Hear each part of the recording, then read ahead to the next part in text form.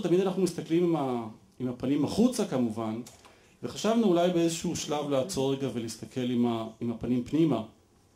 אני חושב שלכאורה יכולנו להיות פה היום במצב של מצב רוח הרבה יותר טוב ממה שאנחנו באמת. אז אפשר לבחון את עמדות הציבור. והנתונים הם לא ממש שונים מנתונים של סקרים דומים, הם די דומים. אם יש טיפה שוני, אני מייחס את זה לעובדה שרוב הסקרים שאנחנו רואים בתקשורת, הם מתבססים על האוכלוסייה היהודית. בסקר הזה, כשאנחנו מזמינים סקרים, אנחנו מזמינים סקרים שמודדים את כלל האוכלוסייה הישראלית כמובן. אבל המספרים האלה של רוב מוצק גדול שתומך בפתיחת משא ומתן הסכם קבע עם אבו מאזן הם מספרים קבועים של מעל 60%. והתמיכה בחבילה בגדול, לא משנה איך נקרא לה, קלינטון, טאבה, ז'נבה, בפרמטרים הידועים האלה היא גם תמיכה שהיא בסופו של דבר משקפת רוב בציבור. אבל גם בסקר הזה וגם בסקרים אחרים תמצאו רוב גם די משמעותי שאומר שהוא לא מאמין שניתן יהיה להגיע להסדר, לא שהוא לא תומך בו, רק הוא חושב שהוא לא יהיה. כמה כבר יש היום ימין חילוני? אנשים חילוניים שאומרים צריך לשמור על שלמות הארץ. אז יש את הציבור הדתי, שמשיקוליו הוא וממקום אחר לגמרי חושב ככה. אבל בוויכוח ההיסטורי, אפשר לומר שהצד שלנו הפסיד, אני לא חושב. וגם לא רק ברמה האידאית, אלא אפילו ברמה הפוליטית, לא מפלגתית, אבל פוליטית אם אנחנו מסתכלים.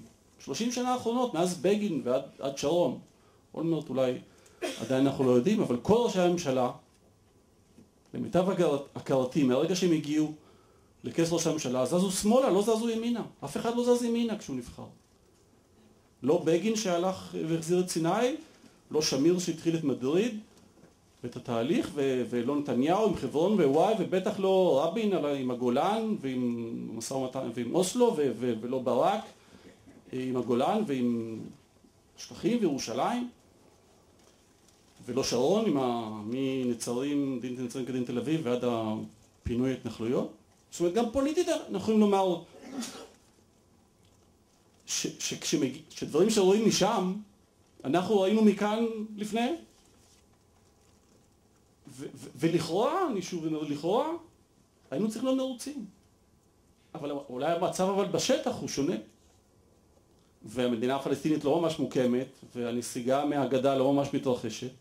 ופינוי התנחלויות בגדה לא ממש קורה, ולא פינוי מאחזים, ויש גדר ויש חומה, והמציאות בירושלים משתנה כל הזמן באופן שלא בטוח שהוא עוזר לאפשר הסדר עתידי, אולי להפך. ואם המתנחלים אומרים שהם התנחלו בשטח אבל לא התנחלו בלבבות, אולי אנחנו התנחלנו בראש אבל לא מספיק בשטח.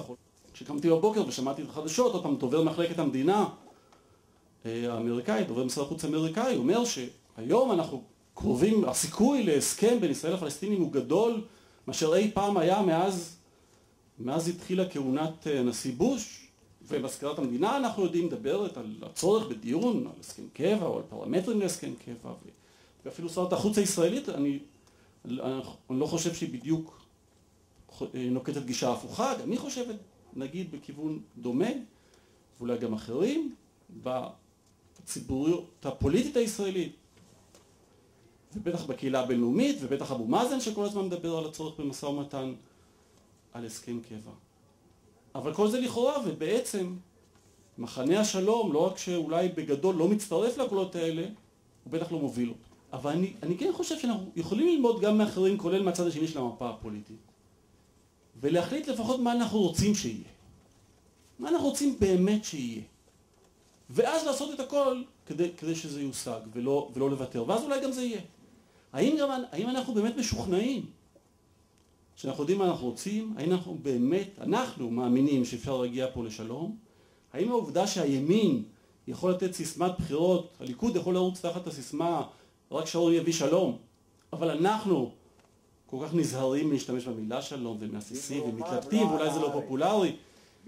ואז אני שואל, האם באמת אנחנו מחנה השלום, או שגם זה רק לכאורה?